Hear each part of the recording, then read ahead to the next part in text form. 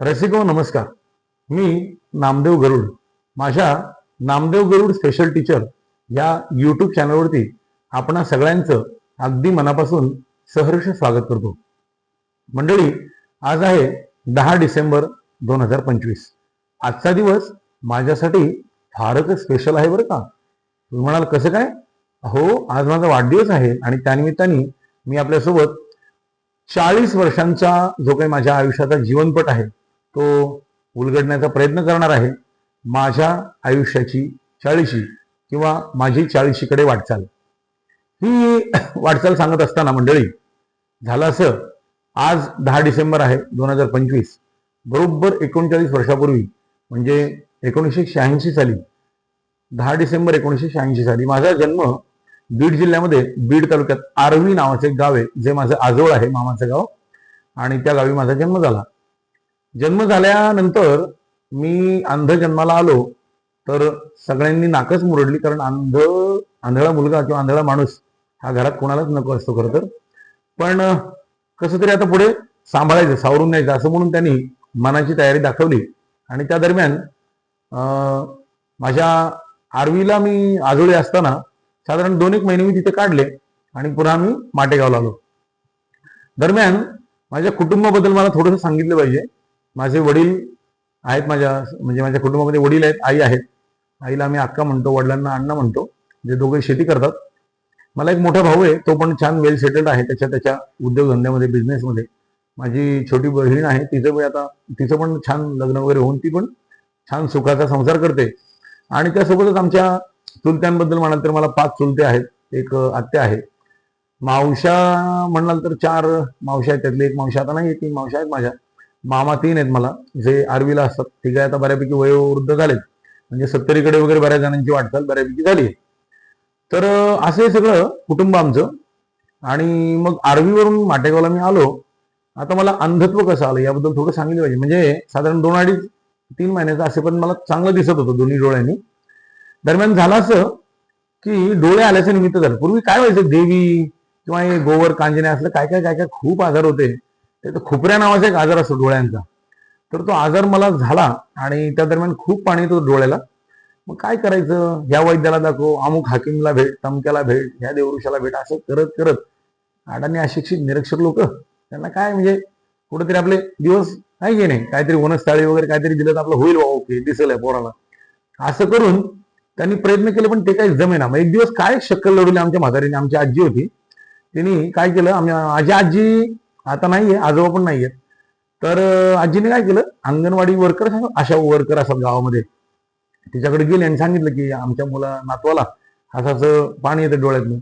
आता नेमकी चूक तिची का कोणाची काही कळत नाही, पण त्यांनी एक्सपायर झालेला एक कानाचा ड्रॉप दिला आणि तो आमची आजी घेऊन आली आणि आईच्या मदतीने तिने डोळ्यात घातला. पण त्याचा परिणाम असा झाला की बरोबर 2 दिवसांनी एका डोळ्यातलं बुबुळ अक्षरशः निघून पडलं.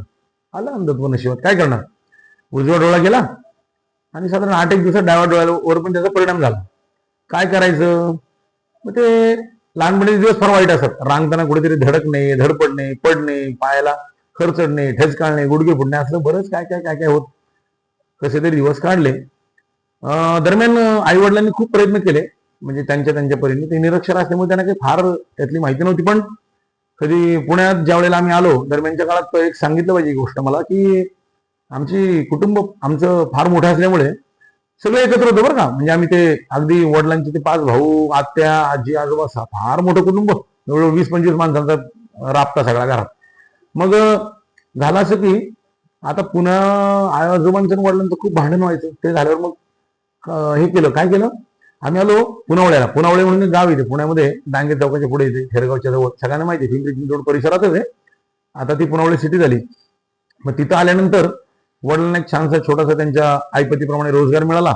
त्यांचं छान चाललं होतं इन्कम. आई पण कामाला जायची. दोघांच्या रोजगारातनं मग पुढे पुढे दिवस चालले होते. मग आता काय करायचं, 3रं वर्ष गेलं, 4थं गेलं, 5व्या वर्षी, त्या काळात 5व्या वर्षी शाळेत टाकायचे मुलाला. 5वं गेलं, 6वं गेलं.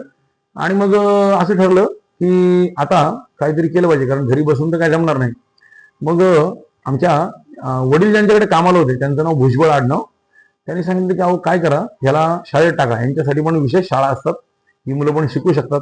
आणि काहीतरी शिकला तर 4 पैसे कमवेल, स्वतःच्या पायावर उभं राहील. आई वडिलांना सुरुवातीला अजिबात इच्छा नव्हती बरं का शाळेत टाकण्याची. ते खूप घाबरायचे, एकदा जर शाळेत सोडलं तर काय करायचं असं म्हणून तयार नव्हते. पण कशी तरी मनाने त्यांनी तयारी दाखवली मनाची. आणि मग जून 1993ला 12 जून 1993ला फार मोठा लवाजमा घेऊन 15 लोक माझ्यासोबत आले. मला आठवतंय, आम्ही ह्या शाळेत दाखल झालो. आता ती शाळा कोणती, तर तीच ही शाळा ज्या शाळेत मी सध्या कार्यरत आहे. आणि त्या शाळेचं नाव आहे पताशीबाई रतनचंद मानव कल्याण ट्रस्ट द्वारा संचलित अंध मुलांची शाळा भोसरी, जी पुणे नाशिक हायवेला आहे. भोसरीकडनं मोशीकडे जाताना तुम्ही जेव्हा नाशिकला ते तुम्हाला सापडेल. ओके. मग असं झालं, शाळेत दाखल केलं. सुरुवातीला ही सगळी ब्रेल लिपी, गणित पाटी इथे. आता एकट्याने स्वतः म्हणजे सुरुवातीचं वर्ष काही कळत नव्हतं. म्हणजे अगदी गावाकडे परिस्थिती अशी होती की म्हणजे 1993चा काळ तो, वॉशरूम वगैरे टॉयलेट आहे तर सोडा जाऊ तिकडे, काय म्हणजे अवघड परिस्थिती भारत. म्हणजे शाळेत आल्यावर सगळ्या गोष्टी शिकून घेतल्या. जमवता 1 वर्ष गेलं. कसं बसं गाडी चांगली रुळावर आली. पहिली झाली, दुसरीला परफॉर्मन्स आपला चांगला वाढला बरं का. लगेच आपण सगळं शिकून घेतो, ब्रेल, गणित आणि सगळं कॅच झालं. दुसरी झाली, तिसरी, चौथी, पाचवी, छान प्रवास चालू झाला. शाळेतल्या अनेक स्पर्धांमध्ये मग सहभागी आपण होत गेलो. म्हणजे फक्त खेळाच्या सोडून बरं का, खेळातलं मला काही येत नाही, खेळात मी शून्य आहे, अगदी ढगोळा म्हटलं तरी चालेल. मग खेळातलं काही येत नाही, पण बाकीच्या ज्या स्पर्धा होत्या, ज्या इंडोर गेम्स असतात ज्याला म्हणतो आपण, ब्रेल रीडिंग, रायटिंग, निबंध लेखन, वक्तृत्व, हे जे असलं काय असतं, गायन वगैरे, ह्याच्यात बरीच बक्षिसं, बरीच सर्टिफिकेट्स मिळवली. आज मी त्याला काहीतरी 12-14 सर्टिफिकेट्स माझ्याकडे फाईलला आहेत.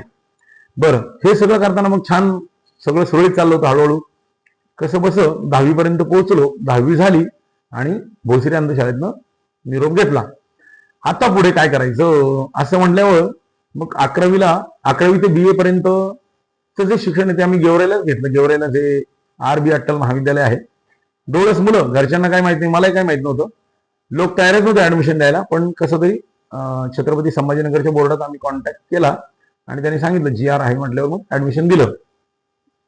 11वी पासून BA पर्यंत प्रवास केला. तिकडे काही फार हे नसतं बरं का, म्हणजे फार आवड नसतं तिकडे, रेग्युलर कॉलेजला गेलंच पाहिजे असं काही नाही. असं करत करत प्रवास पूर्ण केला बाबा. एकदाचं BA पूर्ण झालं आणि त्यानंतर आता काय करायचं. मग त्या काळात शिक्षक होण्याचे फार मोठा ट्रेंड होता. तशी मला पण इच्छा होतीच शिक्षक व्हायची. मग काय करायचं तर म्हणलं घरचे म्हणजे D.Ed करा. मग आता काय करायचं, मुंबईला निघालं होतं. 2009चा काळ सांगतो बरं का मी, आता जून 2009 पर्यंत येऊन पोहोचलो आपण, मे 2009. मग काय झालं, दरम्यानच्या काळात थोडस D.Ed करायचं, मुंबईला प्रयत्न केला, फेल, नाही जमलं. इंटरव्ह्यू, त्या काळात इंटरव्ह्यू फार कडक व्हायचे, परीक्षा वगैरे व्हायची, त्यामुळे काही नंबरच नाही लागला. बरं ठीक आहे, हताश नाही व्हायचं. पुण्याला कोरेगाव पार्कला प्रयत्न केला, रॉंग, तिथं पण नंबरच नाही लागला, फेल. आता काय करायचं, आता मग पोकळेंचा नंबर मिळाला. अमरावतीला अशी एक संस्था आहे म्हणले, तिकडे जमेल का बघा.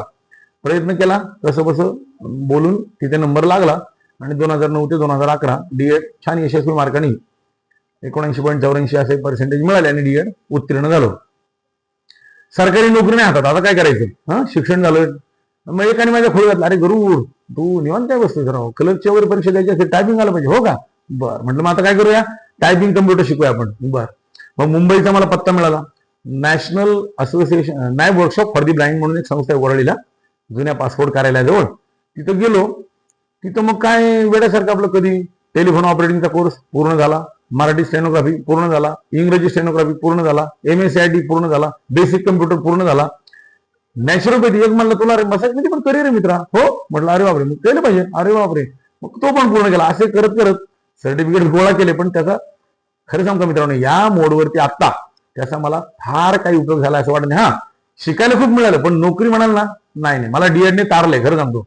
मग हे कोर्सेस केले मुंबईत, दिवस चालले तर काय करायचं असं करताना दरम्यान मग ते कोर्सेस पूर्ण झाल्यावर आम्ही मुंबईला वरळीला 52 नंबर जे आहे, 52 नंबर म्हणतात त्याला, BDT शाळेमध्ये बिल्डिंग नंबर 52, तिथे म्हणे 2-2.5 वर्ष मला घालवावी लागली. कारण काय, नोकरी नव्हती हातात. 1-2 ठिकाणी तलाठी स्टाफ सिलेक्शन या एक्झाम्स मी दिल्या, पण त्यातनं काही फार हाती लागले. 2 मार्काने जा, 3 मार्काने जा, असं करत करत हुकले तिथलं यश. मग 2018 मध्ये गुजरातला एक Tata agriculture and rural training centre म्हणून एक संस्था आहे, नॅब आणि टाटा अंतर्गत चालवली जाते. इंटरव्ह्यू होता, 14 लोक आले होते. मी गेलो, यशस्वीरित्या पास झालो. ते काही नोकरी सरकारी नव्हती, नाही तर म्हणाल की बाबा सांगतो राव नोकरी लागली, खाजगीच होती. पण झाला आनंद हो शेवटी, कारण नोकरी मिळते राव, आहे की नाही, पगार किती का असे ना. मग ठरलं, नोकरी लागली. तिथं होतं मला त्यावेळेला काहीतरी ते 12,000 रुपये वगैरे द्यायचे, राहून खाऊन छानपैकी. मस्त चाललं. पण कशाचं मस्त, त्यावेळेला आला 2020 ला कोरोना, मग आला लॉकडाऊन. आता काय करायचं, मुलंच मिळेना तो. अहो बघता बघता 28ची संख्या 2 वर आली, लॉकडाऊन संपला. अरे रे रे, संख्या काही वाढे ना, मुलं काही येईना. मग त्या लोकांना कळलं की आता ह्या माणसाला ठेवण्यात काही पॉईंट नाही, त्यांनी केलं टर्मिनेट. आता काय करायचं. 2021 मध्ये आम्ही ते टर्मिनेट झाल्यानंतर अग्रीमेंट संपला आणि 2022च्या जुलैमध्ये, नाही सॉरी, 2022च्या फेब्रुवारीमध्ये पुणे मुलींची अंधशाळा कोथरूड जी आहे तिथे मला योगायोगाने मिळालं स्पेशल टीचर म्हणून. तिथे पण मी सेवा दिली. पण काय व्हायचं, पगार एवढा एवढा त्यात ऍडजस्ट करायला फार त्रास व्हायचा. मग काही खरं नाही. मग आमचे माजी मुख्याध्यापक साळुंके सरांसोबत कॉन्टॅक्ट झाला. त्यांनी सांगितलं की अरे असं असं आहे आपल्या भोसरी अंधशाळेत, जमेल बाबा. म्हणलं अहो सर काहीतरी करा, पण करा. मग तिथे चला म्हटलं, इथे काहीतरी आपलं होऊ शकतं. म्हणून 12 जुलै 2022 हा दिवस माझ्यासाठी फार महत्वाचा आहे बरं का. त्या दिवशी बरोबर मला इथे पताशीबाई रतनचंद मानव कल्याण ट्रस्ट ही जी शाळा आहे भोसरीची, मागाशी मी उल्लेख केला, ज्या शाळेत मी 10 वर्ष घडलो, वाढलो, अगदी खेळलो, बागडलो, त्याच शाळेत आज मितीला ह्या घडीला मी स्पेशल टीचर म्हणून कार्यरत आहे. आणि 2022 पासून अगदी सुव्यवस्थितपणे छान शिकवण्यातला जो आनंद आहे तो मी घेतोय. ज्ञानदानाचं काम करतोय. मुलं पण छान सगळे सहकार्य करतात. आमचा स्टाफ पण फार उत्तम रीतीने सहकार्य करतो. आणि सगळ्यांनी म्हणजे आपुलकी, प्रेम सगळं दिलंय मला, जिव्हाळा आहे, सगळं आहे. तर असं करत करत ही 39 वर्ष पूर्ण गेली आणि आज मी तिला 40 वर्षामध्ये मी पदार्पण करतोय. हे करत असताना नवनवीन खूप मित्र मिळाले बरं का मला. म्हणजे मी शाळेत असतानाचे मित्र, माझं फ्रेंड सर्कल वेगळं आहे, मुंबईचं फ्रेंड सर्कल वेगळं आहे, बीएडचं फ्रेंड सर्कल वेगळं आहे. आणखीन आता शाळेत जे माझ्याकडे स्टुडंट्स आहेत ते पण आता म्हणजे खूपच ऍज अ फ्रेंड म्हणून, म्हणजे आहेत विद्यार्थी माझे पण ऍज अ फ्रेंड म्हणून ते खूप क्लोज आहेत माझ्यासोबत. हे सगळं छान. म्हणजे आता मला या परिवारात, म्हणजे हा शाळा हा एक परिवारच आहे माझा, त्यामुळे परिवारात राहिल्यासारखं वाटतंय. आणि असं करत करत आता ही 40ची वाटचाल जी आहे ती माझी अगदी सुव्यवस्थितपणे चालू आहे. मला खरं तर बोलत असताना बरेच धागेदोरे किंवा काही कंगोरे राहू शकतात याची मला पूर्ण कल्पना आहे. पण मला विश्वास आहे आजचा हा माझी 40कडे वाटचाल हा विषय तुम्हाला नक्की आवडला असेल.